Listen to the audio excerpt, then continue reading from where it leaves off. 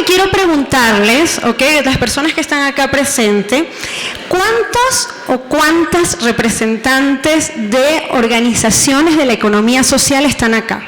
¿Pueden levantar la mano, por favor? Ok. Y de estas organizaciones, ¿cuántas pertenecen al sector no financiero? Ok, esto es fundamental. ¿Por qué? Porque yo necesito que, además de que corramos la lupa al sector no financiero, que también nos centremos en las organizaciones conocidas como organizaciones productivas. ¿Ok? ¿Cuántas organizaciones, cuántos representantes de organizaciones productivas tenemos acá en la sala? Ok, interesante eso.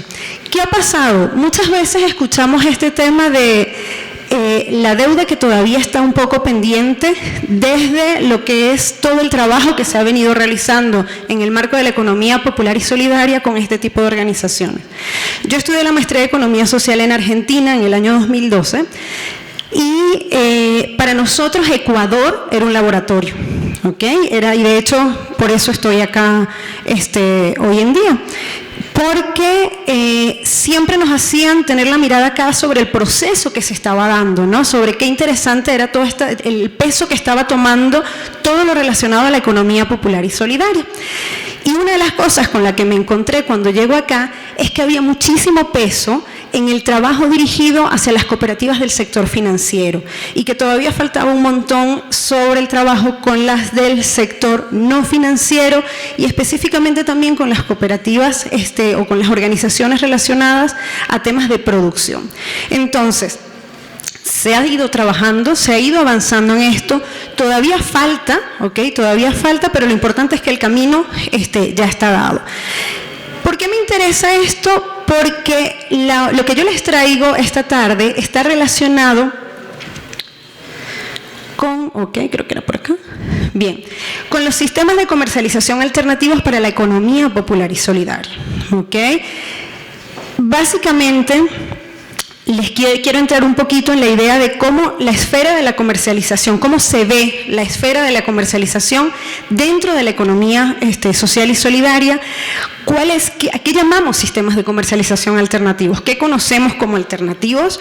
Y una propuesta de una tipología de estos sistemas de comercialización, que es básicamente una investigación que realicé en el marco de mi tesis doctoral, que a pesar de que estaba muy enfocado en el sector rural, ¿ok?, creo que hay una serie de herramientas que pueden ser útiles para poder hacer un análisis sobre estos temas.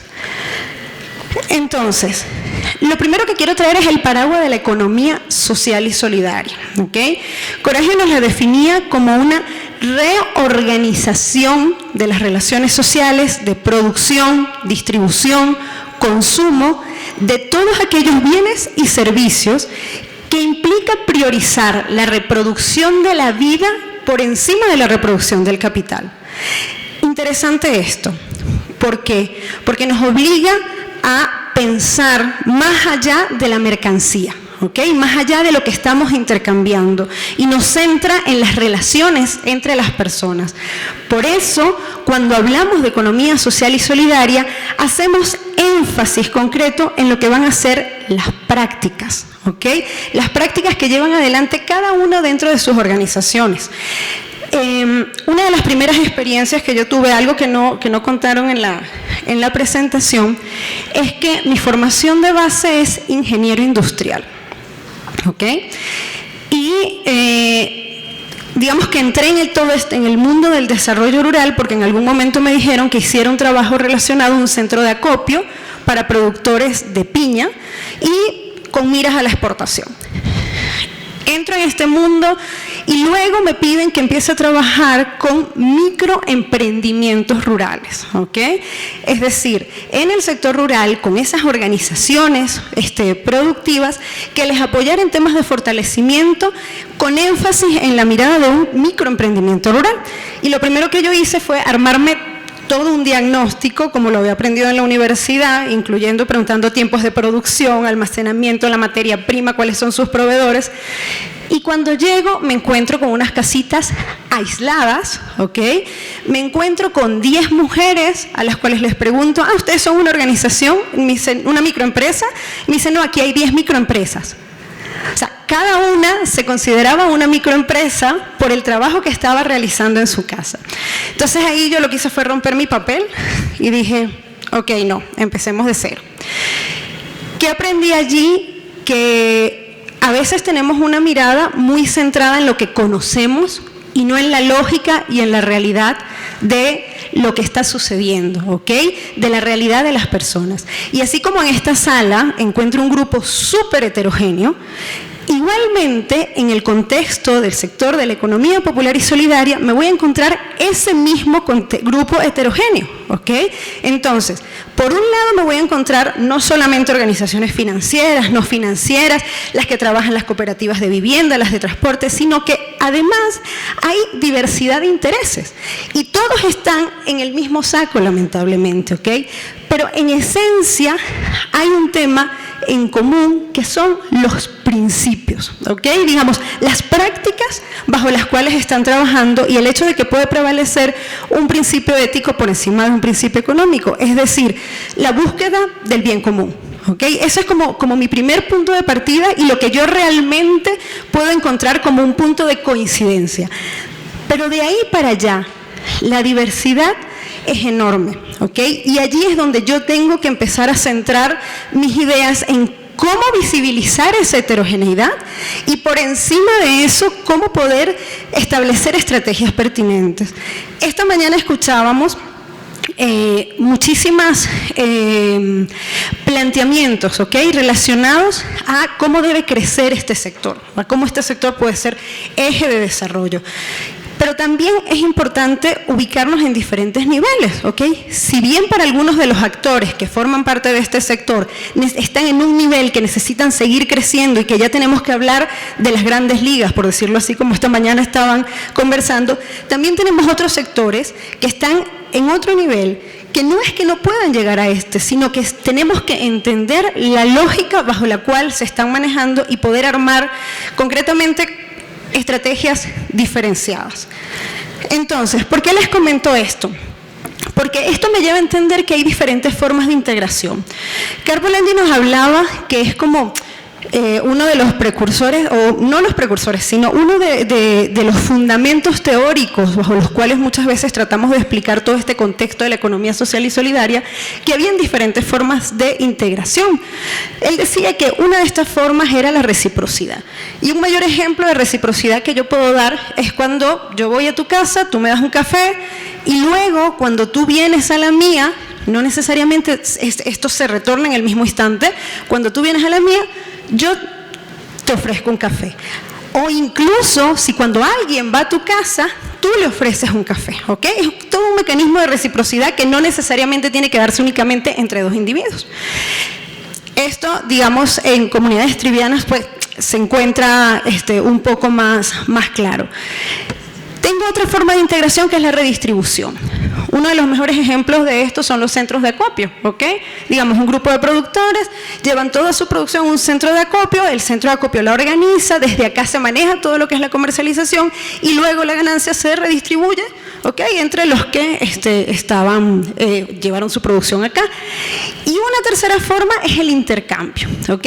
Que es básicamente la que principalmente conocemos, cambio de manos de un bien o de un servicio mediado por un sistema de equivalencias. Es decir, no necesariamente se hace a través del dinero y aquí entran un montón de experiencias que se han visibilizado en términos de trueque o de moneda social, ¿ok?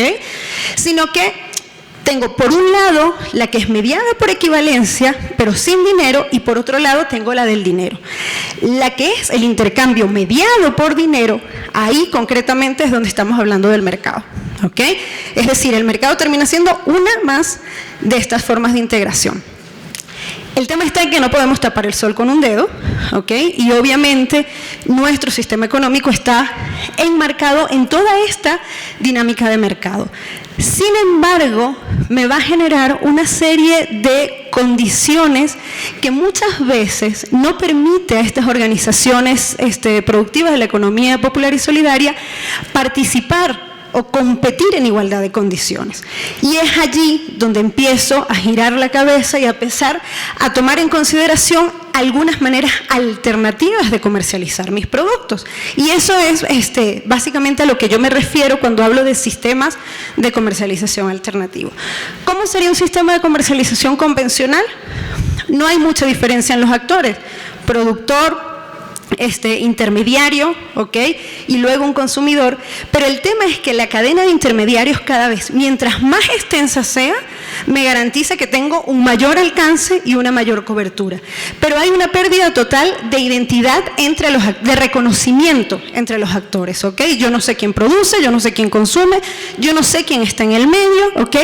Y esa es alguna de estas formas, o esto es lo que toma en consideración esta idea de hablar de sistemas alternativos que se manifiestan en el marco de la economía social.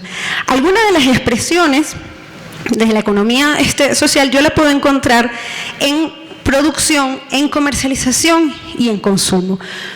Cuando hablamos de estos sistemas de producción que están enmarcados en las que son las cooperativas, estamos hablando de una dinámica horizontal, o ese es el planteamiento al que va.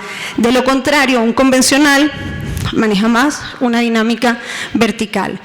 Si yo hablo en términos de producción agrícola, por ejemplo, a mí no me importa si yo atento contra el medio ambiente, no me importa utilizar cualquier cantidad de químicos, lo que me importa es producir más y vender.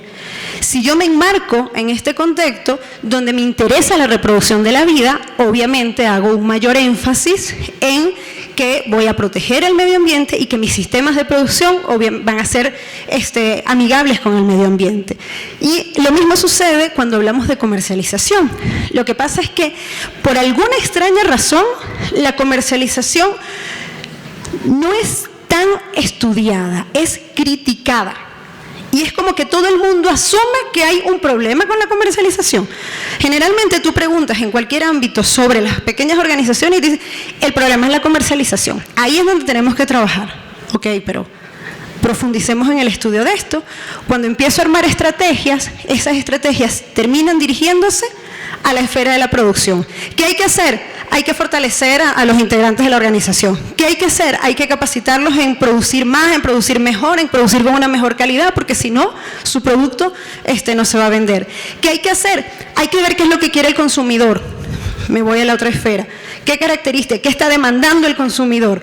Ok, pero en la dinámica concreta de la comercialización, en la forma de integración, en cómo se da esta relación, es donde tengo que tratar de focalizarme un poco para poder empezar a ver alternativas, porque ahí es donde nos pasa a los que hemos trabajado con organizaciones a nivel urbano y a nivel rural y decimos, nosotros fuimos, les explicamos, les dijimos cómo tenían que hacerlo, nos fuimos y siguieron haciéndolo como lo hacían antes. Perdimos el tiempo. O si no, la salida es montar ferias. Montamos una feria solidaria, montamos una feria campesina, ya que lleven el producto allí y esa es la alternativa. Entonces, la propuesta acá es tratar de focalizar en esas, digamos, esa experiencia, esa relación. ¿Cuáles son las diferentes expresiones de la economía social con las que yo me encuentro en la comercialización? Una son estos circuitos alternativos de comercialización que han sido ampliamente estudiados, los CIALCOS, más desde una perspectiva de la agricultura familiar campesina, las redes de consumidores, ¿ok? Las redes de trueque o moneda social. Suena absurdo, suena utópico, pero resulta que sí hay un montón de experiencias de moneda social. En Argentina, por lo menos, tenemos una experiencia, la de Venado Tuerto, que se trabajó con estos temas de moneda social, que era poder hacer intercambios sin la moneda de curso oficial, ¿ok? Sino nuestra propia moneda a nivel comunitario, con sus propias características, que de dónde surge de la misma crisis que ocurrió en Argentina en el año 2002. Cuando he tenido la posibilidad de trabajar en comunidades rurales, por lo menos ese caso que les comentaba de las 10 mujeres, que cada una era una microempresa, era impresionante que uno duraba prácticamente 4 horas para poder llegar a donde ellos estaban, ¿ok? Ellos cultivaban allí lo que comían, tenían sus cabras, se alimentaban de la leche de la cabra, comían, digamos, directamente de esto. ¿Y qué producían ellas? Dulce de leche. En Venezuela, manjar, conservas de leche, ¿ok? Y para esto, ¿qué necesitaban? Leche y azúcar. La leche la tenían, porque tenían las cabras allí, pero para el azúcar se lanzaban las 4 horas al pueblito más cercano para poder comprar el azúcar, ¿ok? Y luego regresar. Y el dinero que necesitaban era básicamente para hacer este juego con el azúcar, ¿ok? Porque donde estaban en ese momento, digamos, ubicados, no era, digamos, un eje para su día a día. Y yo les preguntaba, cuando no tenía ni idea de lo que era la economía social, decía, ¿pero por qué no hacen moneditas con las piedras? O sea, no entiendo, usen otra cuestión de intercambio. Ahí no tenía ni idea de que estas cosas de verdad sí sucedían en algunos espacios. Pero bueno, ese concretamente es quizás un caso extremo, ¿ok? Por supuesto, pero también encontramos casos donde ya tienen, y acá en la sierra nos los vamos a encontrar muchísimo, dinámicas de comercialización impuestas por ellos mismos, digamos, sus propias prácticas, por lo menos en las ferias campesinas, que al final hay dinámicas de trueque entre los mismos participantes, y luego vemos una intervención, sea de ONG, sea de Estado, sea de alguna fundación, que nos viene y nos dice, no, a ver, para que esta feria funcione tenemos que ampliar su cobertura, tenemos que traer más productos, tenemos que mejorar la calidad del producto, y resulta que a ese grupo en concreto lo que realmente le interesaba era mantener una dinámica de reproducción de la vida.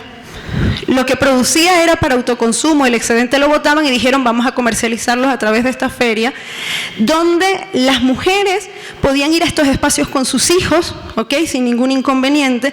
Entonces, por eso, cuando se retiraba esta intervención, decían, les explicamos todo lo que tenían que hacer y siguieron haciéndolo a su manera. Entonces, aquí viene mucho esta reflexión de entender un poco, digamos, con qué nos podemos conseguir en estas formas alternativas de comercialización.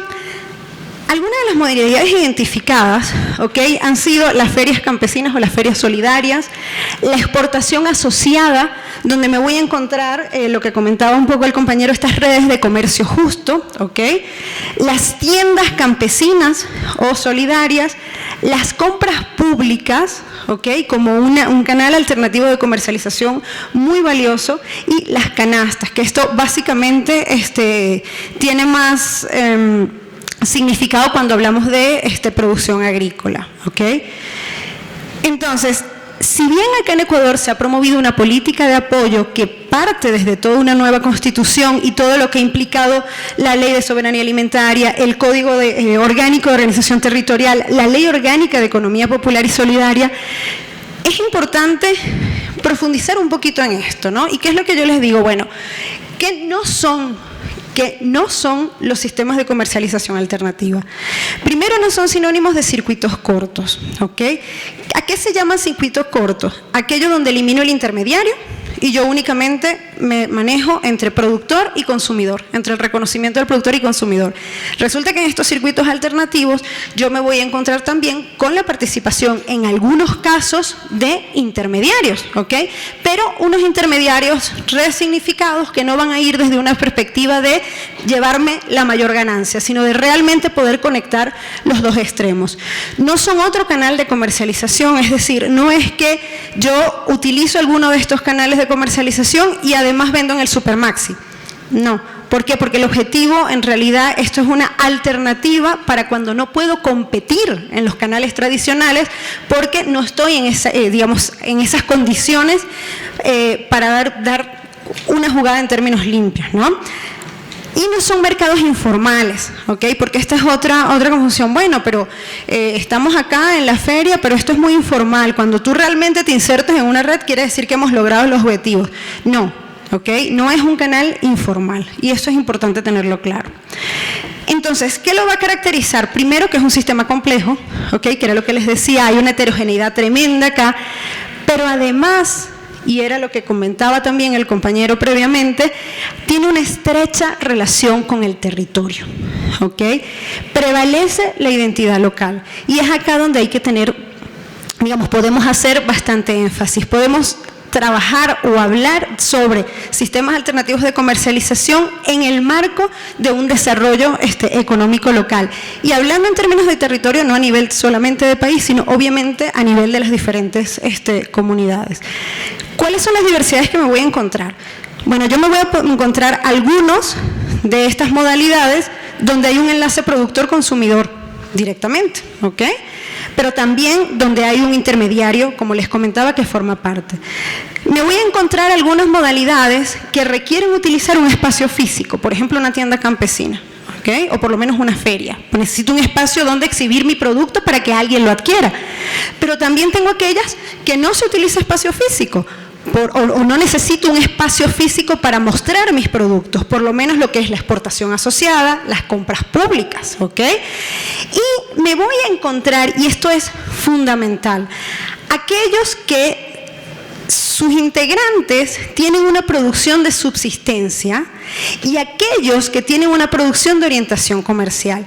¿Y a qué me refiero yo en esto? Una cosa es que yo ya esté comercializando con una orientación comercial, pero con un intermediario que me tiene ahorcado y yo busco una de estas alternativas para quitarme ese intermediario que me quiere ahorcar, y otra muy diferente es que yo tenga una producción de autoconsumo, ¿ok? Y yo lo que quiero en esta oportunidad es hacer algo con mi excedente. Y esto es lo que canalizo por alguno de estos canales. Tener en cuenta esto me va a dar un abanico de estrategias, un abanico de opciones con las cuales yo puedo realmente apoyar, con las cuales yo puedo realmente aportar. Yo acá no estoy diciendo que la salida o la única alternativa es, nada, centrarnos en que ellos quieren estar como están y hay que respetar sus modalidades. No, hay quienes requieren totalmente un apoyo, un fuerte apoyo en términos de fortalecimiento, porque su aspiración es poder insertarse en redes de exportación. Totalmente válido. Pero también hay quienes quieren mantenerse en su dinámica comunitaria. También totalmente válido. Pero necesito buscar una manera de ir estableciendo estas diferenciaciones, estas tipologías, para dejar de frustrarme desde el accionar como Estado, como ONG, como fundación, de decir, estuve allí, les apoyé y al final siguieron haciendo lo mismo. Ah, bueno, y los actores con los que me voy a encontrar acá al externo de esto es esto: Estado, ONG, incluso la misma empresa privada, movimientos sociales que están apoyando. Lo otro interesante es que al ser una solución local, puedo tener mucho énfasis en lo que hablaba esta mañana el profesor Hugo Jacome, que hacía referencia al tema de gobernanza, ¿ok? Y el cómo todos los diferentes actores pueden ser parte de la gobernanza del sistema económico, y el cómo voy a respetar desde todos los ángulos las diferentes instituciones locales, es decir, esas prácticas. No puedo tratar de igual manera una organización en la sierra que en la costa, ¿ok? Es prácticamente imposible. Hay elementos en concreto, como les decía al principio, donde coinciden, pero las instituciones locales, las prácticas locales son totalmente diferentes. Mi tesis de investigación la desarrollé en la sierra, ¿ok? Digamos, con las dinámicas propias de la sierra, y ahora estoy trabajando en la costa, en Manabí, y me encuentro que son otras miradas, otras formas de relacionarse, otras formas incluso de relacionarse hasta con el territorio, ¿ok? Entonces, aquí en la sierra prevalecía demasiado el tema de la cosmovisión indígena, y esto daba otro significado, por lo menos a lo que eran las ferias campesinas, sobre el espacio de relacionamiento que implicaba, sobre la importancia de festejar en estos espacios todo lo que eran las fiestas, el Inti Raymi, toda esta relación y esta conexión, ¿no? Y en la costa te encuentras otra, como que no está tan, ¿cómo es la palabra?, tan atravesado, ¿ok?, por esta mirada, pero la forma de relacionamiento entre los integrantes es muy particular, ¿no? Hay una mirada más campesina sin esta, yo ahora le comentaba a alguna de las personas que estaba almorzando conmigo, yo decía, bueno, en Puerto Viejo, que es uno de los espacios donde estamos trabajando, es como un espacio urbano con una cultura rural. O sea, es bien interesante como esos híbridos que te encuentras, ¿no? Entonces, todo ese tipo de cuestiones, pues, obviamente hay que tomarlos en cuenta. ¿Es posible construir una tipología que represente la heterogeneidad? A ver, el compañero que hablaba antes de mí nos decía que había mucha deuda todavía, ¿no? Y entre esto nombraba a la academia, decía que sí, que la academia también estaba muy en deuda con todos estos procesos. Y si bien la academia no es un espacio capaz de tomar decisiones, ¿ok? Desde acá no se toman decisiones, nuestro rol sí es tratar de entrar y profundizar y entender las dinámicas de lo que está pasando para poder mostrar y decir a los niveles que sí pueden tomar decisiones en estos aspectos, mira, así está, ¿ok? Entonces, acá, pues, en breve les quiero comentar, esto es una partecita de lo que fue mi investigación. Traté de hacer un aporte, ¿ok?, en lo que era este tema de la construcción de la tipología, y mi punto de partida fueron los circuitos alternativos de comercialización que hasta ahora han sido ampliamente trabajados por el Ministerio de Agricultura y Ganadería, y quizás por eso muchas de las cosas a las que hago referencia se enmarca demasiado en temas de soberanía alimentaria, de seguridad alimentaria, porque va muy fuerte desde allí, ¿ok? Y quizás sería interesante que desde lo que es realmente el sector de la economía popular y solidaria pudiéramos profundizar un poco en toda esta mirada o en toda esta heterogeneidad también. Bueno, ¿qué hice? Hice un levantamiento para ver qué tan en deuda o no estaba la academia en estudiar estos temas, ¿ok? Y bueno, acá encontré una serie de 67 documentos que trabajaban estos temas a nivel de publicaciones, artículos, papers, tesis y todo esto, que principalmente hacían énfasis en estudios empíricos, ¿ok?, en estudios de caso, en experiencias en concretas, y se analizaban como canal de comercialización o como unas prácticas que implicaban una relación, ¿ok?, entre los actores. La mayoría de los estudios suelen estar dirigidos al comercio justo, ¿ok? Es uno de los temas que más se ha estado trabajando, y en segundo lugar a las ferias. Pero hay un punto que lamentablemente en lo personal no encontré, entre mis contactos no encontré, y si alguien aquí me puede dar información, totalmente agradecida, que era compras públicas, ¿ok? Y es algo a lo que se hace referencia, es algo a lo que se dice desde el Estado: hay que apoyar las organizaciones de la economía popular y solidaria, hay que establecer, hay que comprar los uniformes por acá, hay que, los alimentos en las escuelas tienen que ser a organizaciones de la economía popular y solidaria, pero en la práctica lamentablemente no es tan sencillo, ¿ok?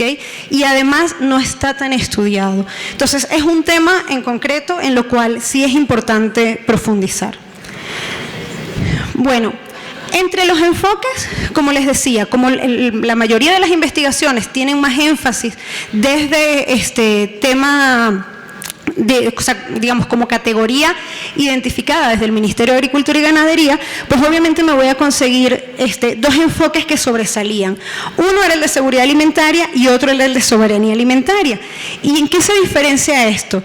Que en el enfoque de seguridad alimentaria yo hacía más énfasis, estos estudios, digamos, hacían más énfasis en los alimentos, ¿ok? Es decir, en la mercancía, en lo que se estaba intercambiando. Entonces, cuando trataban de identificar estrategias para fortalecer estos espacios, ¿qué era lo que sobresalía?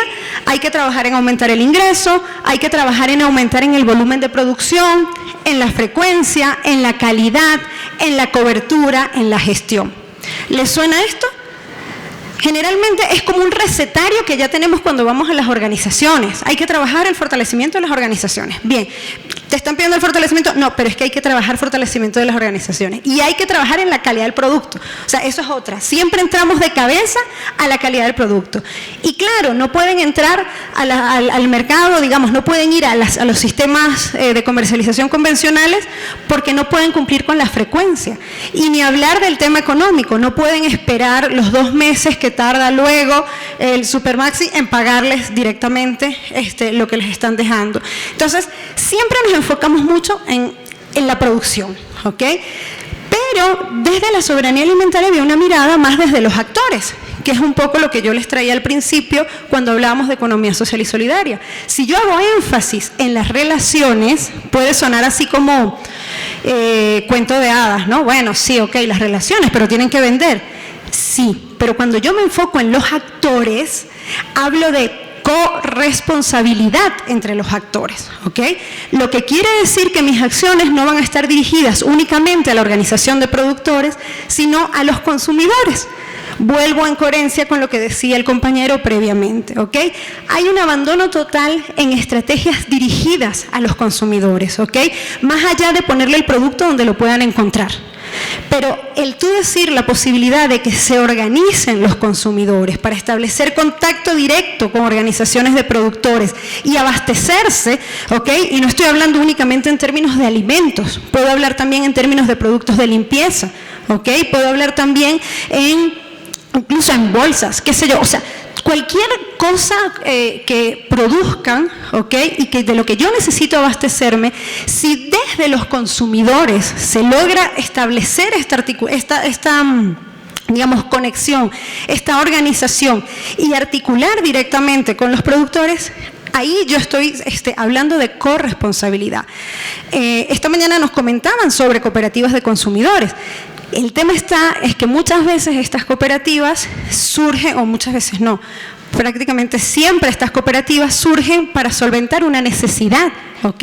Entonces, ¿qué hago? Dada mi situación económica y la situación económica de los vecinos, me conviene organizarme, comprar al mayor o comprarle directamente al productor para que sea mucho más económico lo que vamos a adquirir. Hay una experiencia acá, por lo menos en Carcelén, donde los vecinos se organizaron, contactaron productores de la sierra y todos los viernes tienen su feria allí donde adquieren sus productos frescos. ¿Qué es lo interesante? Que no es más costoso. Porque muchas veces se dice, sí, a mí me gustaría comprar uno de estos cafés que hacen las organizaciones acá, que trabajan con el comercio justo, pero es que es más caro. Generalmente hay este tema, esta polémica. Pero en esos casos donde ambos extremos se organizan y logran conectarse, no necesariamente tenemos que hablar de que sea el precio mucho más alto, al contrario. De allí, bueno, hice una caracterización de cada una de estas modalidades en términos de agente y espacio. ¿A qué me refiero esto? Una de las maneras que yo encontré, o que me daba pistas, ¿ok? Digamos, no es la única, no es la especial, pero que al menos a mí me daba pistas para poder describir esa heterogeneidad tan grande a la que les hago referencia, es los agentes, ¿ok? Es decir, los actores, los quienes están participando. Entonces, yo puedo decir que hay modalidades donde tengo una relación directa entre productor-consumidor y otra modalidad donde hay un intermediario presente, ¿ok? Eso, por un lado, bajo las particularidades que les comenté inicialmente. Y el espacio. ¿Ok? Otra característica predominante que les comentaba al principio incluso era esto, ¿no? Digamos, hay las que necesitan un espacio físico para mostrar sus productos y las que no.